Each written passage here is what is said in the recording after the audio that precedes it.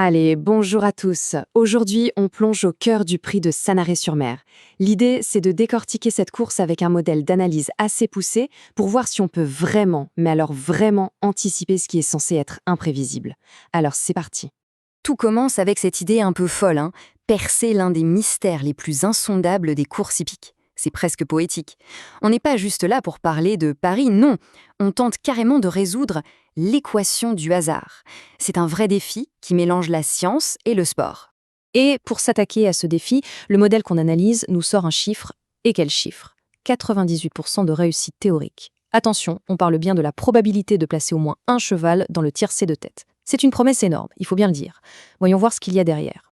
Alors, comment on arrive à un chiffre pareil? Eh bien, la méthode est appelée modèle quantique. En gros, c'est un mélange entre des maths très pointues et quelque chose de plus subtil, une sorte d'intuition probabiliste. Et c'est justement ce cocktail qui a permis de sortir les 6 chevaux qu'on va étudier. Bon, maintenant qu'on a posé les bases, passons au concret. Le terrain de jeu, c'est donc ce fameux prix de Sanary-sur-Mer. C'est sur cette course bien précise que notre modèle va devoir faire ses preuves. Voilà les infos essentielles à connaître. On est à Enghien pour une course de trot attelé sur 2500 mètres. Le départ se fait à l'autostart, ce qui a son importance. Il y a une belle allocation de 59 000 € en jeu et la course est réservée à des chevaux d'expérience, âgés de 7 à 11 ans. Tous ces paramètres, l'algorithme les a bien sûr moulinés. On entre maintenant dans le vif du sujet. Qui sont ces 6 chevaux que le modèle a épinglés?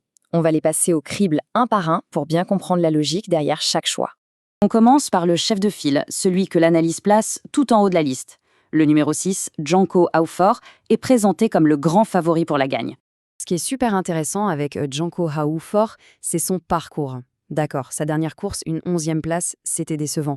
Mais juste avant ça, il restait sur 3 superbes performances. Et puis, il connaît bien Enghien, il aime cette distance. Bref, il ne faut surtout pas le juger sur un seul échec.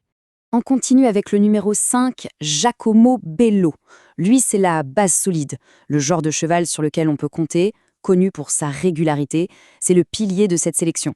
Et là, les faits parlent d'eux-mêmes. Giacomo Bello a été tout simplement parfait pendant tout le meeting d'hiver. Et le plus important, c'est qu'il n'a jamais perdu en 2 courses sur ce parcours précis.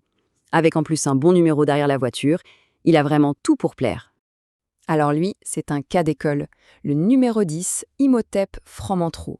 Le modèle nous dit qu'il faut le reprendre. En d'autres termes, il faut savoir regarder au-delà de son dernier résultat un peu en demi-teinte. C'est vrai que sa 7e place récente, elle laisse un goût d'inachevé. Pourtant, sa forme actuelle est jugée excellente et les conditions de course semblent idéales pour lui. C'est typiquement le cheval dont la dernière performance ne reflète pas du tout son vrai potentiel pour la course du jour. Ici, on met face à face 2 profils complètement différents. D'un côté, on a le numéro 1, Horizon Demi. Lui, il semble un peu à la peine après un très bon début d'année. De l'autre, le numéro 4, Iron Jet, qui fait sa rentrée, mais dont on attend beaucoup de progrès, surtout parce qu'il va courir pieds nus pour la première fois de la saison. On a donc 2 dynamiques totalement opposées. Et pour boucler la sélection, on a l'outsider, celui qui, sur le papier, pourrait créer la grosse cote. Je vous présente le numéro 8, Youpi Tollyville. Son profil, c'est un peu tout ou rien. Il est capable du meilleur comme du pire. Ses dernières sorties ne sont pas terribles, on ne va pas se mentir. Mais, et c'est un gros mais, il a déjà fini 2e sur ce même parcours. C'est un pari, c'est sûr, mais un pari qui pourrait rapporter gros s'il est dans un grand jour. Voilà, on a passé en revue toutes les pièces du puzzle. Il est temps maintenant de voir comment l'algorithme a tout assemblé pour nous livrer son verdict final. Le moment de vérité est arrivé. Alors, que nous dit cette analyse dite quantique? Quel est le pronostic final? Le voici dans l'ordre de préférence. En numéro 1, sans surprise, le favori, le 6, Janko Haufort. Juste derrière lui, la base solide, le 5, Giacomo Bello. En 3e, celui qu'il faut racheter, le 10, Imhotep Fromentro. Viennent ensuite le numéro 1, Horizon Demi, puis le numéro 4, Iron Jet. Et enfin, pour une éventuelle surprise, l'outsider, le numéro 8, Youpi Tollyville. Bon, pour conclure ces décryptages, on va résumer les points essentiels et surtout, on va insister sur un avertissement très très important. C'est le point le plus crucial et la source de notre analyse insiste beaucoup dessus.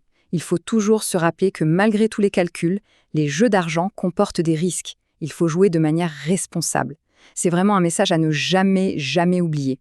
Et on va se quitter sur cette question, qui est finalement le cœur de toute notre démarche. Est-ce que la science, avec ses modèles sophistiqués, peut vraiment percer les mystères du hasard? Le résultat de cette course nous donnera peut-être un début de réponse. Voilà, la question reste ouverte. Merci d'avoir suivi cette analyse.